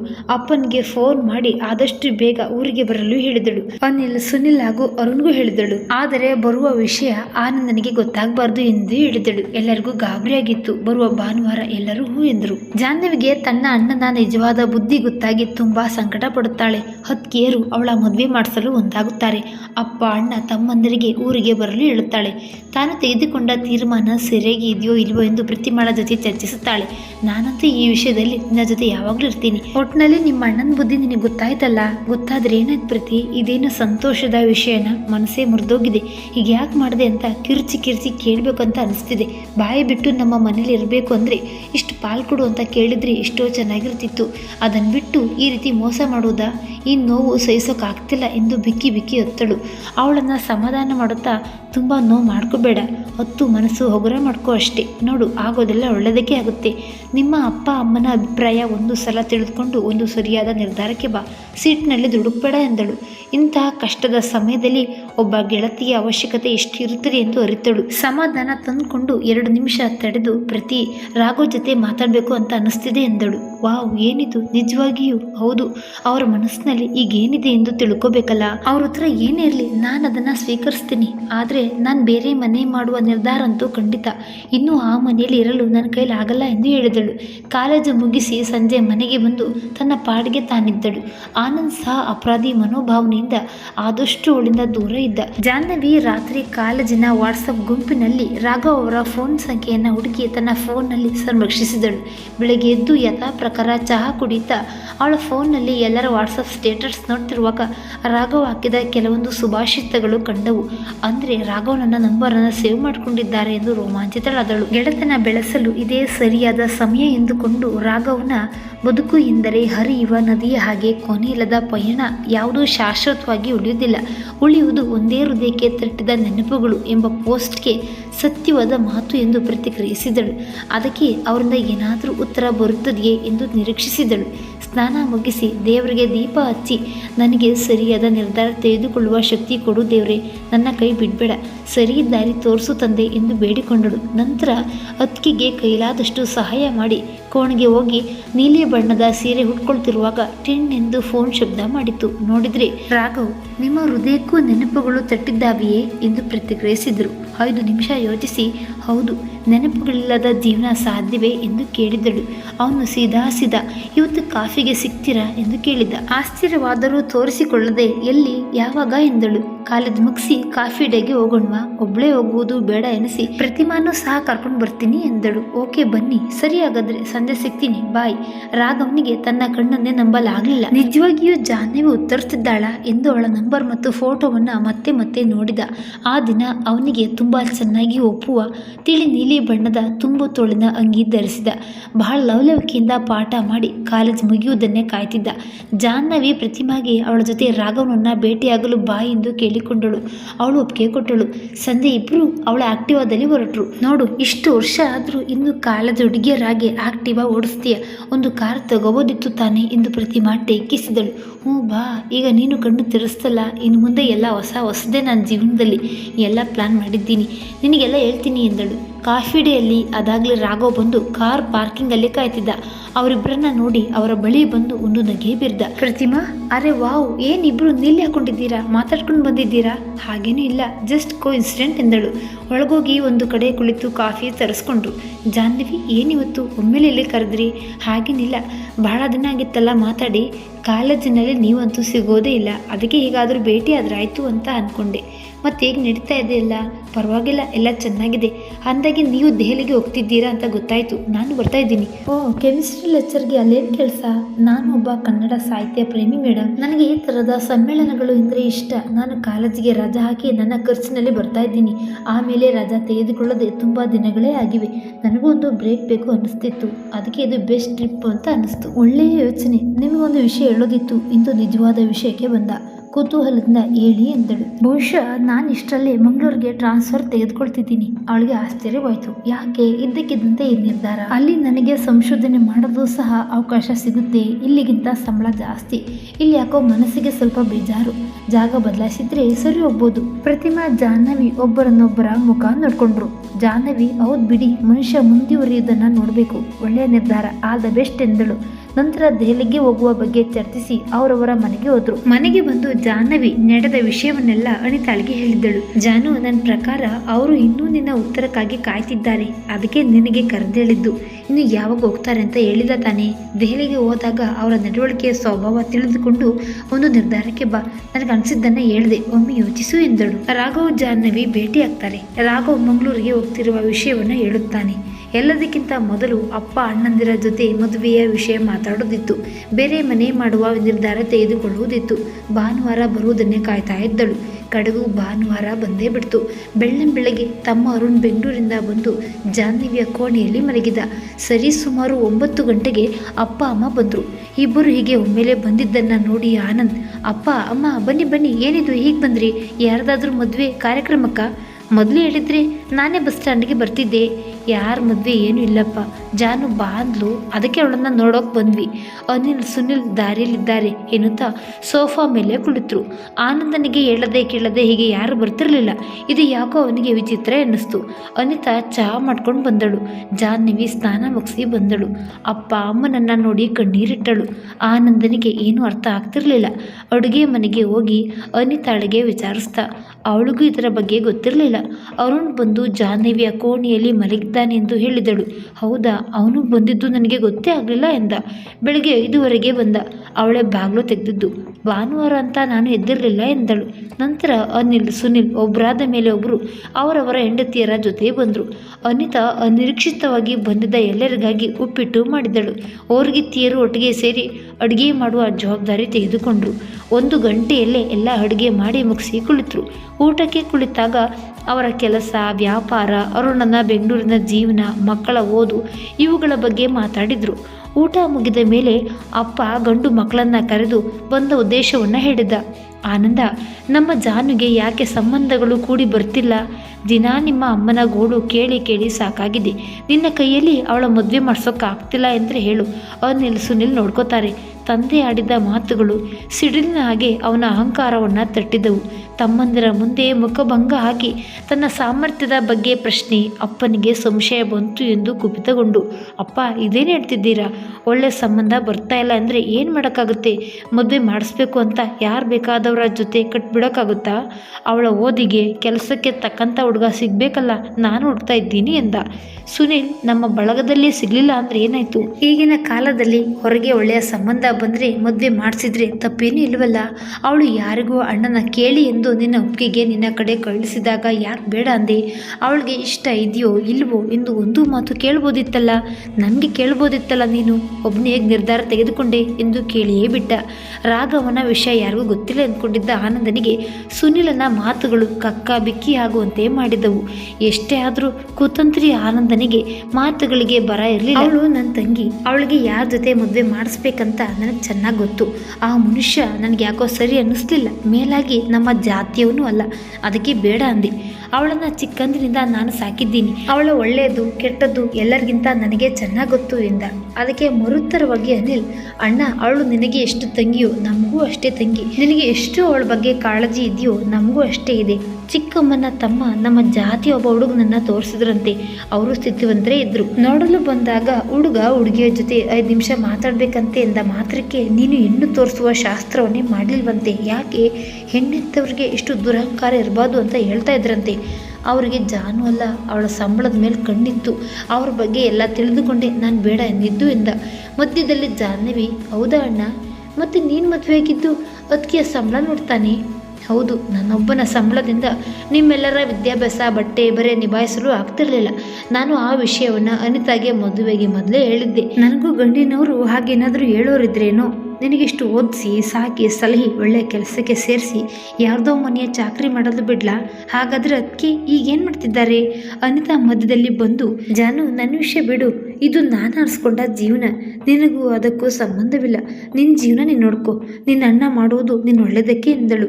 ಹೌದು ಅದಕ್ಕೆ, ನೀವಾದರೂ ಈ ಜೀವನವನ್ನು ಆರಿಸ್ಕೊಂಡ್ರಿ, ಆದರೆ ನನಗೆ ಆರಿಸ್ಕೊಳ್ಳೋದಕ್ಕೆ ಏನು ಸಿಗ್ತಲೇ ಇಲ್ವೇ? ನನ್ನ ಜೀವನ ನಿಂತ ನೀರಿನಂತೆ ಆಗಿದೆ. ಹೈಸ್ಕೂಲ್ ಸೇರ್ಕೋಬೇಕು ಅಂತ ಈ ಊರಿಗೆ ಬಂದಾಗಿನಿಂದ ಇವತ್ತಿನವರೆಗೂ ನನ್ನ ಜೀವನ ಹೀಗೇ ಇದ್ದೀನಿ. ಕಷ್ಟಪಟ್ಟು ಓದಿದ್ದಕ್ಕೆ ಇಷ್ಟದ ಕೆಲಸ ಸಿಕ್ತು ಅಷ್ಟೇ. ಅದರಿಂದಾದರೂ ಏನು ಪ್ರಯೋಜನ? ನನ್ನ ಸಂಬಳದಿಂದ 1 ರೂಪಾಯಿ ಖರ್ಚು ಮಾಡುವ ಅಧಿಕಾರವೂ ನನಗಿಲ್ಲ. ಎಲ್ಲದಕ್ಕೂ ಅಣ್ಣನಿಗೆ ಕೇಳಬೇಕು, ನೀವು ಕೇಳಿದ ಹಾಗೆ ಕೊಟ್ಟರು ಕೇಳಿದ್ದಕ್ಕಿಂತ ಸ್ವಲ್ಪ ಕಡಿಮೆಯೇ ಕೊಡ್ತಾರೆ, ಅದು ಜಾಸ್ತಿ ಖರ್ಚು ಮಾಡಬೇಡ ಎಂದು ಹೇಳಿ. ನಿಮ್ಗೆ ಹೇಳಿದ ಹಾಗೆ ನನ್ನ ಸಂಬಳದ ಹಿಡಿತ ಅವರ ಕೈಯಲ್ಲಿದೆ, ನಿಮ್ಮ ಸಂಬಳದ ಹಾಗೆ. ಈಗ ನಾನು ಬದುಕ್ತಾ ಇರುವುದು ನಿಮ್ಮ ಜೀವನದ ಹಾಗೆ ಅಲ್ವೇ ಎಂದು ಒತ್ತಿ ಒತ್ತಿ ಕೇಳಿದ್ದಳು. ಆನಂದನಿಗೆ ಜಾಹ್ನವಿಯ ಬ್ಯಾಂಕಿನ ವಿಷಯವೆಲ್ಲ ಗೊತ್ತಾಗಿದೆ ಎಂದು ಅರಿವಾಯಿತು. ಜಾಹ್ನವಿ ಮನೆಯ ಎಲ್ಲ ಸದಸ್ಯರ ಮುಂದೆ ಆನಂದನ ಬಗ್ಗೆ ಇರುವ ತನ್ನ ಭಾವನೆಗಳನ್ನ ವ್ಯಕ್ತಪಡಿಸುತ್ತಾಳೆ. ಅಪ್ಪ, ಈಗ ನಿನ್ನ ಕಷ್ಟ ಗೊತ್ತಾಯ್ತು, ಮುಂದೇನು ಮಾಡ್ಬೇಕೆಂದಿರುವೆ? ಅನಿತಾ ಮತ್ತು ಅವಳ ಓರ್ಗಿತಿಯರು ಮೂಕ ವಿಸ್ಮಿತರಾಗಿ ಜಾಹ್ನವಿಯ ಹೊಸ ರೂಪವನ್ನು ನೋಡ್ತಾ ಇದ್ರು. ಅಪ್ಪ, ನನಗಿಂದು 2 ತಿಂಗಳಿಗೆ 31 ತುಂಬುತ್ತೆ. ನಿಮಗೆ ಗೊತ್ತಾ, ನನ್ನ ಕೆಲವು ವಿದ್ಯಾರ್ಥಿಗಳ ಮದುವೆಯಾಗಿದೆ. ಕೆಲವರು ಬೇರೆ ಊರಿನಿಂದ ಈ ಊರಿಗೆ ಬಂದು ಮನೆ ಮಾಡಿಕೊಂಡು ಸ್ವತಂತ್ರವಾಗಿ ಬದುಕ್ತಿದ್ದಾರೆ. ನನ್ನ ವಿದ್ಯಾರ್ಥಿಗಳಿಗೆ ಇರುವಂತಹ ಸ್ವಾತಂತ್ರ್ಯವು ನನಗಿಲ್ಲವೆಂದು ಬೇಜಾರಾಗ್ತಿದೆ. ನಾನು ಬೇರೆ ಮನೆ ಮಾಡ್ಕೋಬೇಕು ಅಂತ ತೀರ್ಮಾನಿಸಿದ್ದೇನೆ. ನನ್ನ ಜೀವನ ನನ್ನ ಇಷ್ಟ, ಹೇಳದೆ ಕೇಳದೆ ಹೋಗ್ಬೋದು, ಆದರೆ ನಾನಾಗಲ್ಲ. ನಾನು ನಿಮ್ಮನ್ನೆಲ್ಲ ತುಂಬ ಪ್ರೀತಿಸ್ತೀನಿ, ಗೌರವಿಸ್ತೀನಿ. ನಿಮ್ಮೆಲ್ಲರಿಗೂ ನನ್ನ ನಿರ್ಧಾರದ ಬಗ್ಗೆ ಗೊತ್ತಿರಬೇಕು, ಅದಕ್ಕೆ ಹೇಳ್ತಿರುವೆ. ಅನಿತಾಳಿಗೆ ಒಮ್ಮೆಲೆ ಜಾಹ್ನವಿಯ ನಿರ್ಧಾರ ಕೇಳಿ ಅಳು ಬಂದು, ಜಾನು, ಇಷ್ಟು ವರ್ಷ ನಿನ್ನನ್ನು ನನ್ನ ಮಗಳಾಗೆ ನೋಡಿಕೊಂಡೆ ಅಂತ ತಿಳ್ಕೊಂಡಿದ್ದೆ. ನನ್ನಿಂದ ಏನಾದರೂ ತಪ್ಪಾಗಿದ್ದರೆ ಹೇಳು. ಹೀಗೆ ಮನೆ ಬಿಟ್ಟು ಹೋಗಬೇಡ. ಇಷ್ಟು ವರ್ಷ ಇದ್ದೆ, ಇನ್ನು ಸ್ವಲ್ಪ ದಿನ ತಾಳು. ನಿನ್ನ ಮದುವೆ ಈ ಮನೆಯಲ್ಲೇ ಎಲ್ಲರೂ ಸೇರಿ ಮಾಡೋಣ. ಸಿಟ್ಟಿನಲ್ಲಿ ದುಡುಕ್ಬೇಡಮ್ಮ ಎಂದಳು. ಅದಕ್ಕೆ ನಾನು ಬರೀ ಬೇರೆ ಮನೆ ಮಾಡ್ತೀನಿ ಅಷ್ಟೇ. ನಿಮ್ಮೆಲ್ಲರ ಸಂಪರ್ಕದಲ್ಲೇ ಇರ್ತೀನಿ. ಯಾರನ್ನು ಬಿಟ್ಟು ಎಲ್ಲಿಯೂ ಹೋಗ್ತಿಲ್ಲ, ಇದೇ ಊರಿನಲ್ಲಿ ಇರ್ತೀನಿ. ಅರುಣ್ ಹೇಗೆ ಬೆಂಗಳೂರಿನಲ್ಲಿದ್ದಾನಲ್ಲ ಹಾಗೆ. ಆನಂದ ಸಿಟ್ಟಿನಿಂದ ಅವನಿಗೂ ಇದೇ ಊರಿನಲ್ಲಿ ಕೆಲಸ ಸಿಕ್ಕಿದ್ರೆ ಅವನು ಇಲ್ಲೇ ಇರ್ತಿದ್ದ. ಇಲ್ಲಿ ಅವನಿಗೂ ಬೇರೆ ಮನೆ ಮಾಡೋಕ್ಕೆ ಕೊಡ್ತಿರಲಿಲ್ಲ. ನಿನಗೂ ಬೇರೆ ಊರಿನಲ್ಲಿ ಕೆಲಸ ಸಿಕ್ಕಿದ್ರೆ ಅಲ್ಲಿ ಹೋಗಿ ಒಬ್ಬಳೇ ಇರ್ಬೋದಿತ್ತು. ನಾನಿರುವ ಊರಿನಲ್ಲಿ ನಿನಗೆ ಹೀಗೆ ಮಾಡೋದು ಕೊಡುವುದಿಲ್ಲ. ಜನ ಏನನ್ಕೊಂಡಾರು? ಇಷ್ಟು ವರ್ಷ ನನಗೆ ಯಾವ ಜನ ಬರಲಿಲ್ಲ ಅಣ್ಣ. ಮೇಲಾಗಿ ನಾನು ಜನರನ್ನು ಮೆಚ್ಚಿಸಲು ಬದುಕ್ತಿಲ್ಲ. ನನಗೆ ನನ್ನ ಸ್ವಾತಂತ್ರ್ಯ, ಸ್ವಾಭಿಮಾನ, ನನ್ನ ಅಸ್ತಿತ್ವ ಬೇಕಾಗಿದೆ. ನನ್ನ ದುಡಿಮೆಯಿಂದ ಆತ್ಮ ತೃಪ್ತಿ ಬೇಕಾಗಿದೆ. ಬೆಳಗ್ಗೆಯಿಂದ ಸಂಜೆಯವರೆಗೂ ರೋಬೋಟ್ ತರಹ ನಿನ್ನ ಕೈಗೊಂಬೆಯಾಗಿ ದುಡಿಯುವ ಜೀವನ ಸಾಕು. ನನ್ನ ನಿರ್ಧಾರಗಳನ್ನು ನಾನೇ ತೆಗೆದುಕೋಬೇಕು. ನನ್ನ ಖರ್ಚು ವೆಚ್ಚಗಳನ್ನು ನಾನೇ ನಿಭಾಯಿಸಬೇಕು. ಇಷ್ಟೇ ನನಗೆ ಹೇಳಬೇಕಾಗಿರುವುದು ಎಂದು ಹೇಳಿ ಸುಮ್ಮನೆ ಕುಳಿತಳು. ಆಗ ಅಮ್ಮ, ಮದುವೆ ಆದಮೇಲೆ ಬೇರೆ ಮನೆ ಅಂತ ಹಾಗೆ ಆಗುತ್ತಲ್ಲ, ಕಾಲ ಸರಿಯಿಲ್ಲ, ಒಬ್ಳೆ ಹೇಗಿರ್ತೀಯಾ? ಅರುಣ್ ಹೇಳ್ತಾನೆ, ಅಮ್ಮ, ಯಾವ ಕಾಲದಲ್ಲಿದ್ದೀಯಾ? ಬೆಂಗಳೂರಿಗೆ ಬಂದು ನೋಡು, ಒಬ್ಬರೇ ಹೆಣ್ಮಕ್ಳು ಹೇಗೆ ದುಡಿತಿದ್ದಾರೆ ಅಂತ. ಅವಳಿಗೂ ಅವಳ ಜವಾಬ್ದಾರಿಗಳು ಗೊತ್ತಾಗುತ್ತವೆ. ಅವಳೇನು ಒಂಟಿ ಇರುವುದಿಲ್ವಲ್ಲ, ನಾವೆಲ್ಲ ಮಾತಾಡ್ಕೊಂಡೇ ಇರ್ತೀವಿ. ಎಲ್ಲರಿಗೂ ಅವಳ ಅವಸ್ಥೆ ಗೊತ್ತಾಗಿತ್ತು. ಹೀಗಾಗಿ ಅವಳ ನಿರ್ಧಾರವನ್ನ ಸಮ್ಮತಿಸಿದ್ರು. ಆನಂದನಿಗೆ ಕಿಂಚಿತ್ ಇಷ್ಟವಿರಲಿಲ್ಲ. ಸಿಟ್ಟಿನಲ್ಲಿ ಕುಳಿತಿದ್ದ. ಸುನೀಲ್, ಎಲ್ಲಿ ಮನೆ ಮಾಡಬೇಕು ಎಂದಿದ್ದೀಯಾ? ದೆಹಲಿಗೆ ಹೋಗಿ ಬಂದ ಮೇಲೆ ಯೋಚಿಸ್ತೀನಿ ಅಣ್ಣ ಎಂದಳು. ಅವಳ ಅಮ್ಮ, ಮನೆ ಹುಡುಕಿದ ಮೇಲೆ ನಾನು ನಿನ್ನ ಜೊತೆ ಸ್ವಲ್ಪ ದಿನ ಇರ್ತೀನಿ. ನಿನ್ನನ್ನು ಒಬ್ಬಳೆ ಬಿಡೋಕೆ ಮನಸ್ಸು ಹೋಗ್ತಿಲ್ಲ ಎಂದಳು. ಅಮ್ಮ, ನಾನು ದೆಹಲಿಗೆ ಹೋಗಿ ಬರೋವರೆಗೂ ಅದಕ್ಕೆ ಜೊತೆಯಲ್ಲಿಯೇ ಇರು, ಅವರಿಗೆ ತುಂಬ ಬೇಜಾರಾಗಿದೆ ಎಂದು ಕೇಳಿಕೊಂಡಳು. ನಂತರ ಅಪ್ಪ, ಸರಿ, ನಾನು ನೀನು ಬರೋವರೆಗೂ ಇರ್ತೀನಿ. ನೀನು ಬಂದ ಮೇಲೆ ಇಬ್ಬರು ಸೇರಿ ಮನೆ ಹುಡ್ಕೋಣ ಎಂದರು. ಸಂಜೆ ಎಲ್ಲರೂ ಅವರವರ ಊರಿಗೆ ವಾಪಸ್ ಹೋದ್ರು. ಜಾಹ್ನವಿ ಅವಳ ಕೋಣೆಗೆ ಹೋಗಿ ದೆಹಲಿಗೆ ಹೋಗಲು ಬಟ್ಟೆ ಜೋಡಿಸ್ಕೊಳ್ಳಲು ಶುರು ಮಾಡಿದಳು. ಆನಂದ ಅವನು ಅಂದುಕೊಂಡಾಗಿ ಏನೂ ಆಗಲಿಲ್ಲ ಎಂದು ಕೈ ಸಿದುಕೊಳ್ತಿದ್ದ. ಕಾರ್ಡ್ ಅವಳಿಗೆ ಕೊಡುವುದೋ ಬೇಡವೋ ಎಂದು ಯೋಚಿಸ್ತಿದ್ದ. ಮರುದಿನ ಕಾಲೇಜಿಗೆ ಹೋಗಿ ಪ್ರತಿಮಾಳಿಗೆ ನಡೆದ ವಿಷಯವನ್ನೆಲ್ಲ ಹೇಳಿದಳು. ಅವಳಿಗೂ ಸಮಾಧಾನವಾಯಿತು. ದೆಹಲಿಗೆ ಹೋಗಿ 4 ದಿನದ ಸಮ್ಮೇಳನಕ್ಕೆ ಹೊರಟಳು. ಆ 4 ದಿನಗಳಲ್ಲಿ ರಾಘವನನ್ನು ಸಂಪೂರ್ಣವಾಗಿ ಅರಿತಳು. ಅವನ ಸರಳ ನಡತೆ, ಅವನ ಗಾಂಭೀರ್ಯ, ವರ್ಚಸ್ಸು, ಮಾತಾಡುವ ಶೈಲಿ ಎಲ್ಲದಕ್ಕೂ ಮನಸೋತಳು. ಸಹೋದ್ಯೋಗಿಗಳೆಲ್ಲ ಸೇರಿ ದೆಹಲಿ ದರ್ಶನ ಮಾಡಿದ್ರು. ರಸಾಯನಶಾಸ್ತ್ರದ ಉಪನ್ಯಾಸಕನಾಗಿದ್ದರೂ ಪ್ರೇಕ್ಷಣೀಯ ಸ್ಥಳಗಳ ಬಗ್ಗೆ ಅವನಿಗಿರುವ ಅಪಾರ ಜ್ಞಾನಕ್ಕೆ ಬೆರಗಾದಳು. ಊರಿಗೆ ಮರಳುವಾಗ ವಿಮಾನ ನಿಲ್ದಾಣದಲ್ಲಿ, ಸರ್, ನಿಮಗೊಂದು ಮಾತು ಕೇಳುವುದಿತ್ತು ಎಂದಳು. ಕೇಳಿ ಎಂದ. ಮಂಗಳೂರಿನಲ್ಲಿ ಕನ್ನಡ ಉಪನ್ಯಾಸಕರಿಗಾಗಿ ಕೆಲಸ ಖಾಲಿ ಇದೆಯಾ ಎಂದು ತುಂಟನಿಗೆ ಬೀರುತ್ತಾ ಕೇಳಿದಳು. ಅವನಿಗೆ ಅವಳ ಉದ್ದೇಶ ಅರ್ಥವಾಗಿರ್ಬೋದು. ಒಂದು ವೇಳೆ ಇಲ್ಲದಿದ್ರೂ ಪರವಾಗಿಲ್ಲ. ನನ್ನ ಜೀವನದಲ್ಲಿ ಒಬ್ಬ ಬಹಳ ಸಂಗಾತಿಯ ಜಾಗ ಖಾಲಿ ಇದೆ. ಆ ಜಾಗ ತುಂಬುವ ಮನಸ್ಸು ಮಾಡಿದರೆ ಮಂಗಳೂರಿಗೆ ಆರಾಮಾಗಿ ಬರ್ಬೋದು ಎಂದ. ಅವಳಿಗೆ ಹೇಗೆ ಪ್ರತಿಕ್ರಿಯಿಸಬೇಕೆಂದು ಗೊತ್ತಾಗಲಿಲ್ಲ. ಅವನನ್ನೇ ತಬ್ಬಿಬ್ಬಾಗಿ ನೋಡಿದಳು. ಏನಾದರೂ ತಪ್ಪಾಗಿ ಹೇಳಿದ್ನಾ? ಸಾರಿ ಎಂದ.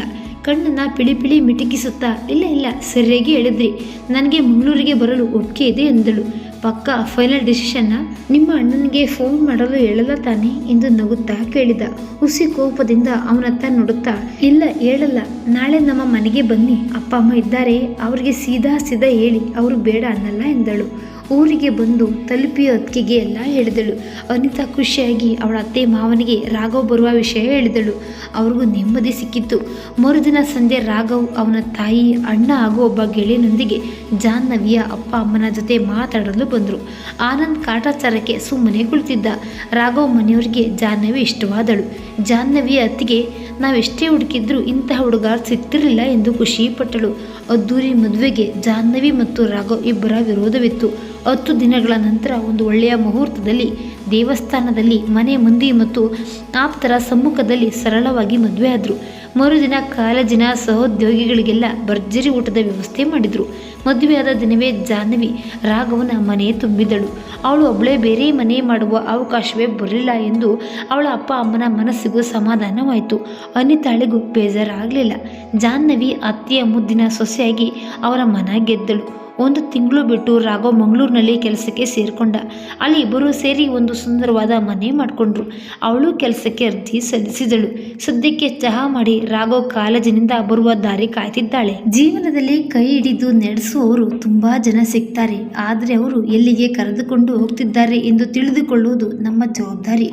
ಅತಿಯಾದ ಅವಲಂಬನೆಯಿಂದ ನಮ್ಮ ಸ್ವಂತ ಬುದ್ಧಿ ಕೆಲಸ ಮಾಡುವುದಿಲ್ಲ ಮತ್ತು ಮತ್ತೊಬ್ಬರ ಮೇಲೆ ಇಟ್ಟ ಅತಿಯಾದ ನಂಬಿಕೆಯಿಂದ ನಮ್ಮ ಆತ್ಮವಿಶ್ವಾಸವನ್ನ ಕಳೆದುಕೊಳ್ಳುತ್ತೇವೆ. ಅದಕ್ಕೆ ಆರ್ಥಿಕವಾಗಿ ಸ್ವತಂತ್ರರಾಗಿ ನಮ್ಮ ಜೀವನದ ದೊಡ್ಡ ದೊಡ್ಡ ನಿರ್ಧಾರಗಳನ್ನು ನಾವೇ ತೆಗೆದುಕೋಬೇಕು. ಅದರ ಫಲಿತಾಂಶ ಒಳ್ಳೆಯದೇ ಆಗಲಿ ಕೆಟ್ಟದ್ದೇ ಆಗಲಿ ಅದಕ್ಕೆ ನಾವೇ ಜವಾಬ್ದಾರಾಗಿರ್ತೀವಿ ಎನ್ನುವುದೇ ಈ ಕಥೆಯ ಸಾರಾಂಶ. ಮತ್ತೊಂದು ಕಥೆಯೊಂದಿಗೆ ಭೇಟಿಯಾಗೋಣ. ಧನ್ಯವಾದಗಳು.